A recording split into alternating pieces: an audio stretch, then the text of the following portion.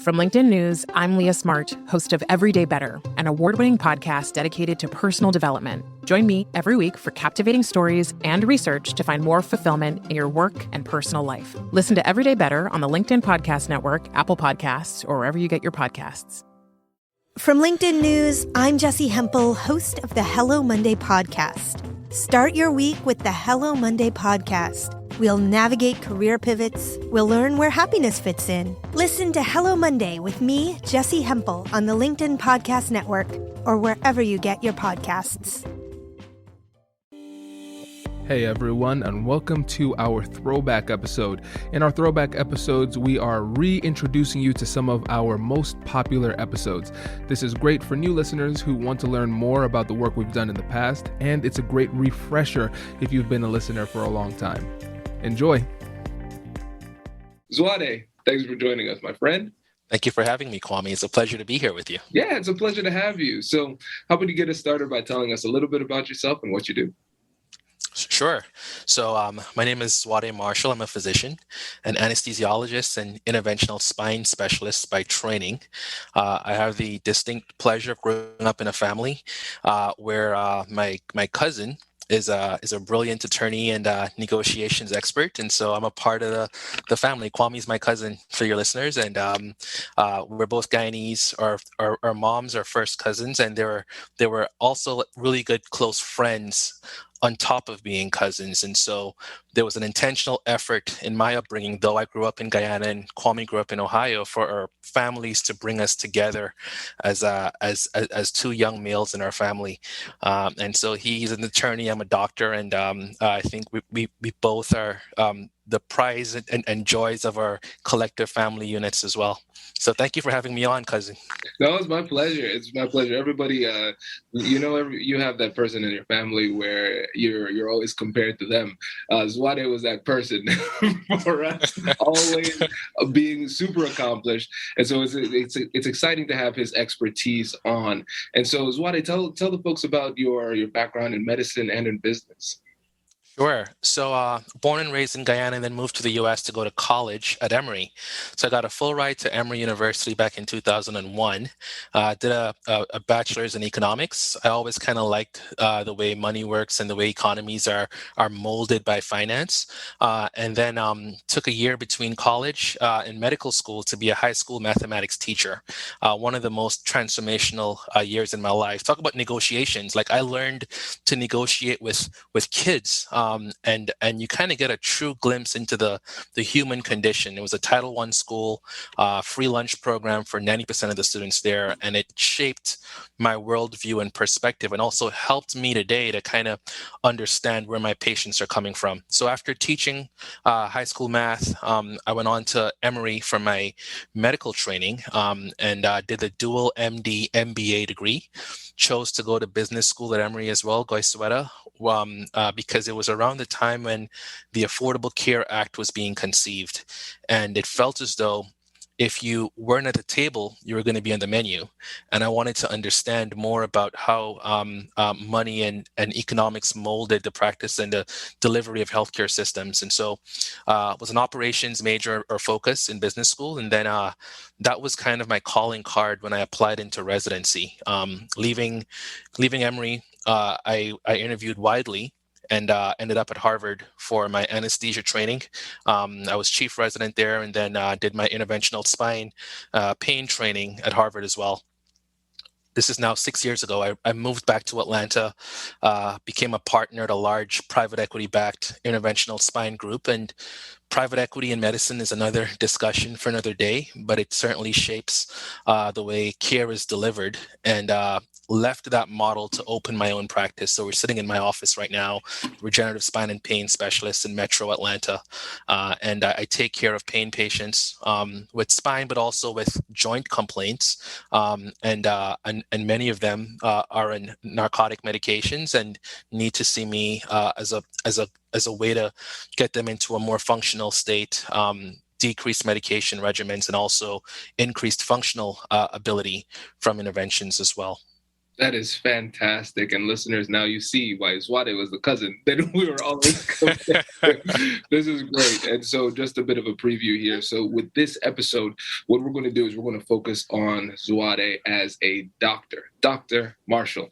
So we're going to talk about the difficult conversations you have in your role as a doctor. In the future, we're going to have you back on to talk about some of these really fascinating business negotiations that you have come on, because they're really interesting from an intra-organizational negotiation perspective, and from an exiting an organization perspective, and then an inter-organizational perspective as well. Your expertise is vast in that regard. So we're excited for this to be a strong start. So with this episode, we get to start off with a listener question, and this is from Mike Fish. And so he's a podcast listener, and he's a physician. And he says, I'm wondering if you have an episode or could do one regarding negotiating difficult situations. For example, there can be drug addicts who constantly want to negotiate for more drugs, and drugs are not in their best interests. There's also a negotiation for a social situation in which patients want to remain in the hospital because they're too anxious to go home, or they might be homeless. I'm sure the physician in your family could provide some input too. Thanks, Kwame. And here we go. So we have you here. Let's address that first question about pain, people who want more narcotics, but it's not in their best interest. How do you approach that conversation? Sure. I think it's really cool that Mike Fisher, I think you said his name is a doctor listening to negotiating podcasts. I thought I was the only kind of nerd that consumed this kind of content. But I think it's part and parcel to the struggle that physicians have in terms of balancing medicine, but also negotiating the sphere of dealing with patients who may have a preconceived notion about what is best for them, and having a physician who has more data, understanding some of the consequences of those decisions. And so the pain management conundrum is an age-old conversation that I think we've been having more actively over the course of the last decade because of the opioid crisis. Now, a part of the challenge with pain, this is to the heart of Mike's question, is that pain is this complex, emotional, subjective experience. It's wholly subjective. We don't yet have a pain meter or a pain monitor. We can't measure your pain score the way we measure a blood pressure or a heart rate. And therein lies the crux of the matter, because you have to trust that the patient that's explaining to you they have a complicated pain condition is really experiencing that complex pain condition. And in the time now of this scrutiny around pain medicine and pain medications, and the millions of Americans who are overdosing and dying from narcotics and opioids, it has put the doctor in a very precarious position of protecting him or herself while also delivering care for patients. So to practice medicine in this space today, you have to hold two competing thoughts in your head simultaneously. One of them is your main responsibility, the kind of age-old adage of medicine is, first do no harm. And we're trying to establish a therapeutic rapport with a patient who's struggling because they're there to see you, while at the same time appreciating the fact that there are government entities and law enforcement agencies that are prioritizing prosecuting physicians for patients that have opioid addiction issues. And so I intend to delve into the actual pain conundrum a little bit more in a few moments. No, that is a great synopsis of the challenge, because as a doctor, you want to provide relief. You want to help people in need. And at the same time, sometimes doing so in the way that they're requesting makes things worse. And you have the reality that you have a family, you have a staff, you can't, and you like freedom.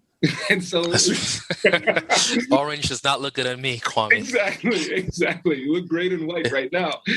So sure. You want to make sure that you're not crossing any ethical lines. And so now that we have a good understanding of what the challenge is and why it's so difficult, in your experience, what is a good first step? Sure. So the first step is establishing the ground rules. And so the first visit is an exploratory visit. And it's a time in which we're going to be asking questions, detailed questions about the patient's pain complaint in an effort to do a few things. It's to validate their concern and also to convey to them that you can appreciate that their pain is as real to them, and thus it's real to you as a treating physician as well. And so it's exploring all the kind of detailed character questions about the pain condition, while simultaneously going a little bit deeper into social circumstances, place of employment, type of work, hobbies, whether or not they have kids, what are their functional goals, divorcing a pain condition from a pain score, because I can't treat to a pain number since numbers are really subjective. What I can treat to are goals. Some patients may say, Doc, I just want to be able to stand in church and sing the hymns and not have to sit down in the pew when the choir is standing.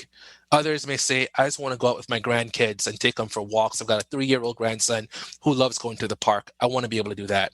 And if I can establish with the patient that those goals are important to me for them, that begins to establish that therapeutic alliance. I treat lots of athletes and golfers who are afraid that my recommendation will be to stop golfing, stop biking, stop swimming, and when they meet a doctor that says, I can appreciate that this is a part of your identity, and my goal is to keep you doing the things that you love so that quality of life index does not go down, it goes a very long way in building the trust. Brace the rudders! Raise the sails! Raise the sails! Captain, an unidentified ship is approaching. Over. Roger. Wait, is that an enterprise sales solution? Reach sales professionals, not professional sailors. With LinkedIn ads, you can target the right people by industry, job title, and more. We'll even give you a $100 credit on your next campaign. Get started today at linkedin.com/marketer. Terms and conditions apply. For the time when the decision-making comes into what do I recommend as the treatment option, if my recommendation differs from their expectation, at least we've got some mutual understanding on what the goals are to begin with. The key word that you said there, Zwade, is trust. And you're doing this in such a profound way. I want to break this down for the audience so they can see the gems that they could apply in whatever their situation is. So first, when we're talking about trust, it comes down to the capability of you to deliver on what it is that you say you're going to do. And then also your willingness to deliver on what it is that you're saying you're going to do. And then the belief that your goals are shared. And so from the beginning, what you're doing is you're controlling the interaction by saying, all right, here's what I'm not going to do. I'm not going to just have them come in and them tell me what to do. I'm going to control this interaction and say, this is what you do. You're going to come in. This is the process. And I'm going to lead you through that process. And so that in itself, taking that leadership role in the interaction establishes that credibility. And so you're managing the process throughout. But you're also, while taking control of the process, doing it empathetically. You're demonstrating that you understand what they want and why they want it. And then you're saying, what is your goal? And then you're articulating the fact that their goal is, in fact, your goal. And when you put all of those things together, you have a high level of trust going into the rest of the relationship. I love the way you summarize that. And I think of it as ceding some of the control that patients come in thinking that doctors are dictators in many respects, where we say, here's the plan, you either abide by it or get out. And in this day of activated, engaged patients who are their own advocates, we can no longer speak to people as a physician as though you know what's best for their bodies. And so being able to give them some of that control of being able to tell me the story, tell me their goals, and then I'm buying into their plan as opposed to the reverse, it gets folks a lot more relaxed and comfortable with my recommendations. Absolutely. And yeah, I think when you said the word dictator, we have to think about another word that comes into mind, which is leader. And so Sure. As a doctor, you are a leader. And the difference between a leader and a dictator is that with a dictator, the people below you, they don't have choice. Sure. You're taking that autonomy and agency away from them completely. But with leaders, you have followers. The choice to follow, that's something that they have control over. Sure. And I think because there's some information asymmetry where I know more about some of the broader aspects of pain than the patient can, I'm fitting their narrative into my diagnostic algorithm as we're speaking, right? And so what that empowers me to do is to help to direct their treatment plan where they will end up subscribing to it or even requesting it because I'm leading them down a path as they tell me their story and I'm fitting them into to the algorithm. So I'll give you an example. Many patients come in already in high-dose opiates, and because of all the scrutiny around opioids and medicine, their previous physician may have been closed down or may have retired, and they're looking to find a new doctor who'll prescribe the same regimen they've been on before. And so you can tell when someone's telling you their pain history and emphasizing the fact that oxycodone and OxyContin is what works best for me. It's always worked well. Nothing else seems to help. And in that, many doctors will respond and react immediately to those comments. Whereas my position is, I'll write it down. I'll nod affirmatively. I'll even ask about others that they've tried and affirm that it makes sense that those medications may work for your pain. And then later on in the conversation, I'll ask about things like constipation, bowel habits, whether or not there's any impotence or erectile dysfunction, any mood swings or lability in depression or anxiety. All of those things are side effects of high-dose narcotics. And so as we get towards the point of the consult where I'll go over a treatment plan, I'll then circle back to some of the symptoms that's affecting their functionality and attribute those symptoms to the high-dose opioids and explain why a part of the treatment plan will be to responsibly decrease the medications while also doing alternative therapies that can be more effective and very helpful to them. And you see a light bulb go off where some may want to object, but they kind of feel trapped where they can't at this point because we've had this very pleasant, amicable, empathetic conversation, and now it's their job from the social contract to now kind of continue in this amicable way to give me the trust. And so you'll see them looking skeptical, but thinking, I'll give it a try. And then I think what kind of brings it all together is having that constant feedback from me saying that I'm with you in this journey. And I get that it's going to be tough, but just give this other intervention a try while we do these other things that are going to be very helpful for your overall health. And it's gone far. This is fantastic. And I feel obligated to cite Dr. Robert Cialdini, the author of Influence, because we just interviewed him earlier today. And he talks about the principle of consistency, where if you said something in the past, you feel obligated in the present to remain consistent to what you said. And essentially what you're doing through this process, through curiosity, is you're giving them the opportunity to share what they want and why they want it. You're helping them to articulate their goals. And then what you're doing is you're saying, hey, based on what you said before, actually, this treatment plan helps you to meet your goals, and this is why. And so in their mind, that hesitation that you're sensing is their desire to remain consistent. Sure. but that consistency is leading them down a path that they did not anticipate. That's exactly right. That's exactly. So I'll get that book.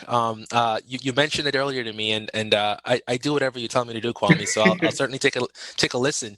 And I'll tell you that this entire construct is challenging for doctors because we're under time constraints, right? The way compensation medicine has changed, you're watching the clock, and so having a patient kind of go through their own narrative at their own pace, it's time prohibitive to allow them that kind of agency to speak ad nauseum. And so some of the things that I do to kind of help to gather data outside of the actual examination room is that we have a lot of surveys and app-based modules that they must complete prior to the first visit. The other thing is resisting the urge to interrupt when someone says something that you vehemently disagree with. So let them have their piece and have it be said, because those interruptions fracture that therapeutic alliance, where in that moment the patient sees you as more adversarial than someone who's there to foster that therapeutic alliance. And for me, it comes a little easier because I grew up with a pronounced stutter. And so, like the King's Speech, I would rehearse words I wanted to say all of my youth in my head 15 or 20 times before I said it. So, in the natural course of a classroom environment, I'm sitting there thinking that I want to say these 15 words. And in the time I'm rehearsing it, I'm getting to hear so much other input that by the time the output comes out, it seems so much more profound because I'm editing, I'm using inputs that I've heard while I was editing and rehearsing, and it allows me to kind of process better. Being in business school, I was able to kind of focus intentionally on that personality or that output defect and make it into a strength where I embrace the rehearsal, I embrace listening, I make notes, because people will tell you what they want. They'll, like, in a negotiation, if you let folks speak, they'll give you the answers. You'll know their motivation, you'll know the outcome that they're desiring, and if you just let them the freedom to get their bit out, not only do you have the information you need to get to an amicable outcome, but they then buy into your philosophy because you appear to be empathetic and reasonable in the interaction. This is a really great point, and it's something that so many people struggle with. It's something that I still struggle with because it's that need to correct. Like, no, I recognize that wasn't a misspeak. It's I, with every fiber of my being, reject what it is that you just said, and I need to correct you. So let's break it down, because again, people could just say, hey, don't interrupt, and then we move on to the next thing. There's a challenge. Everybody knows they shouldn't interrupt, but we do it anyways. So let's break down just some mindset tips that people can keep in mind when it comes to not interjecting on every single point that you disagree with. Sure. So I think there are a few things there, and I love the way you frame that. I think the first point, though, is if you give them the ability to speak and make their positions known fully, then at the time that you create your response, you're not just responding to a point, but you can dismantle the entire construct. So you'll have all the information that you need to thoughtfully and carefully craft your rebuttal at a time that they're not expecting you to be giving them a rebuttal, but you're putting together a cogent kind of plan or a summary of the conversation. And so you'll have more information from their perspective to be able to respond in a more appropriate manner. And so that ability to let them just kind of speak their piece, and then after it's all said, respond fully to everything using the expertise, using the fact that there are informational tidbits that you can add to give color and context and validate some of their points, while then disputing and refuting the other ones that are not valid. It creates an overall more positive impression from the patient's perspective. Absolutely. And Zwade, this reminds me of one of our earlier episodes we had, I believe it was December of 2019, with my friend Dan Oblinger, hostage negotiator, and he's been in the police. I heard that episode. Yes, yeah. He's great. And so he's talking about deception, and the way that he addresses deception is very similar to the way that you're talking about addressing things that you disagree with and not interrupting, because the metaphor he used was, he thinks about deception as like an animal. And so a little bit of it peeks out of the bushes, and you want to jump on that, but you don't. He's like, no, I want to hear the whole thing. I need to see the entire animal. And it's just like what you said, because it's a brilliant way of describing it. And I've never heard it broken down in this way. You can address a specific point, or you can, almost like a sniper, very precisely address the entire construct and dismantle the entire construct after you've given them the opportunity to express themselves fully. That's right. And then you've got a patient who is now engaged, who understands that you've heard, that they feel heard and validated, because oftentimes by the time they see someone like me, they've probably seen 4 or 5 other doctors. They've seen their internist, their orthopedic surgeon, their neurologist, and you don't know what experiences they've had. But principal to what we're doing is ensuring that they feel heard and validated, that their pain and their pain experience is real, even though we can't see it or measure it. And I'm going to go ahead and now address that, having got all the facts to make an informed decision on what's the next step.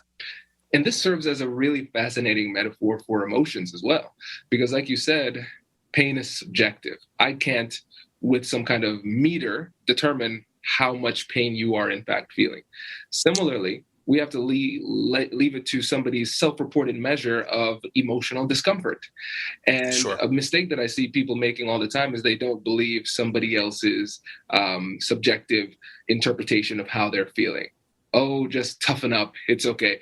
That is not acknowledging how people feel. That doesn't address it, because now they feel through the rest of the conversation, no, Kwame doesn't believe me. I need to impress upon him just how emotionally distraught I am. And so it's almost like we should treat emotions in the same way that you're treating pain.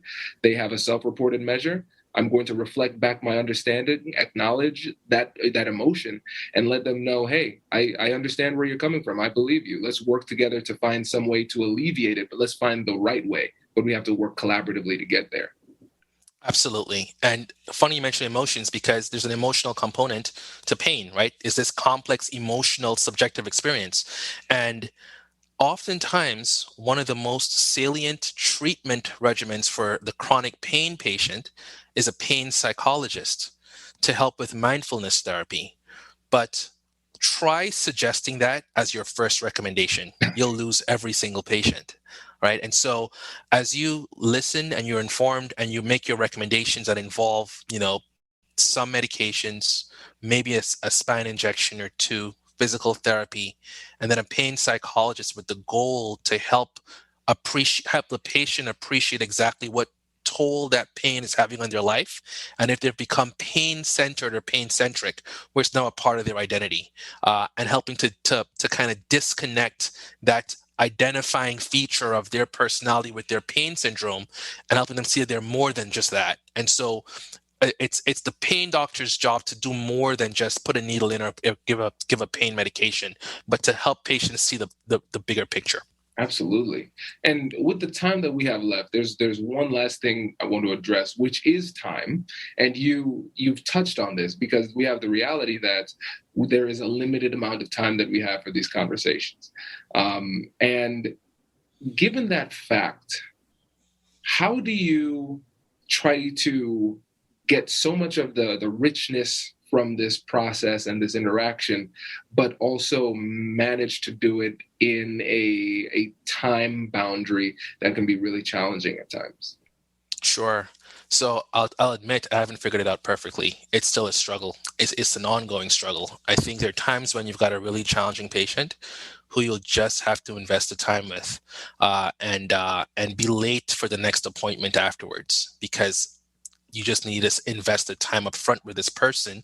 And these are all people with families and lives and experiences and prior surgeries. And so you cannot treat them all the same. And so the question was framed in, how do you manage time? Well, a part of it is managing the person. And at times, the time is not the priority. All right. Now, but then there are things that you can do to help to optimize the time you do have. The first rule is sit down during the encounter. Studies have shown that if you sit, and this is a doctor-specific kind of recommendation.